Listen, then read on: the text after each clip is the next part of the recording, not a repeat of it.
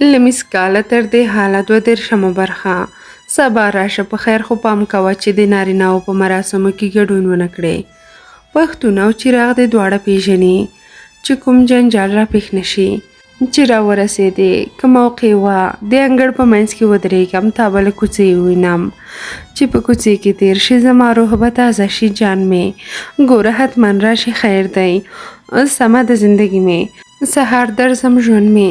سلامونه سوډانیا سهار دې په خیر. مننه کوم د کوچ غونډاریا ستا د هم سهار په خیر وي. مننه کوم کوي چې کوي هلکه دا فضول خبرې پرېږده. راځه چې هلته ځو کور دې ودان شه بېګا له کابله راغلی او اوس په شین سهار کې هلته د عاشقانو نوم دې وشرموو.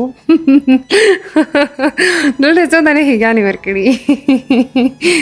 د ډاکټرې د وراره د سنتي مراسم دي نو ځکه ورځم سوډانیا. ګوره والکه هلته مې په چا ونه ډبوې.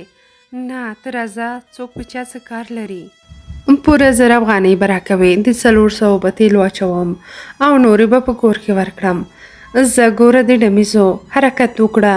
ریکشا د څه ټیلر خو نه ده. سمه ده لیاقته. زه د مرکز 2مې دروازې ته راورسېدم. د غوازو زه اولې دروازې ته رسېدلی یم. داسې 2مې دروازې ته کوڅ سور دننه شوې. ته هلته راشه زر کوه چې ناوخته نه کړې. وهلکه سګرټ لرې؟ د سګرټو په کیسه کې مو اوسېږه. جنګ سنګ را واخله چې لږ قوي شو. سمه ده دې غاړې ته ودرېږه. واخله په دې خاورو موړ شه. ستا تګ او راتګ په 50,000 افغانیو ماته تمامېږي. د مور زو دعا کوه چې تا غوندې قواره زه په دې وخت کې وړم او راوړم. که نه تا څوک په 1000 افغانیو هم نه وړي.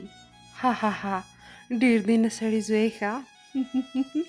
د مور زو په دې جنګ سنګ کې خو یې دومره کم اچولې وه. د غوازو مزل وکړه. تا راته داسې کیسې شروع کړي دي ټایپ دې هم کار نه کوي. په ټایپ څه کوې؟ زه یې درته په ژوندۍ بڼه لایف وایم که نه. جانان د بل د خولې سړی دی. خدایه زما زړګی ترې صبر کړې مینه. جانانه دومره راته ګران یې ته چې روان یې زه د شمارم قدمونه. او د مینتوب عجب رواج دی. د یار دیدن د یار علاج دی.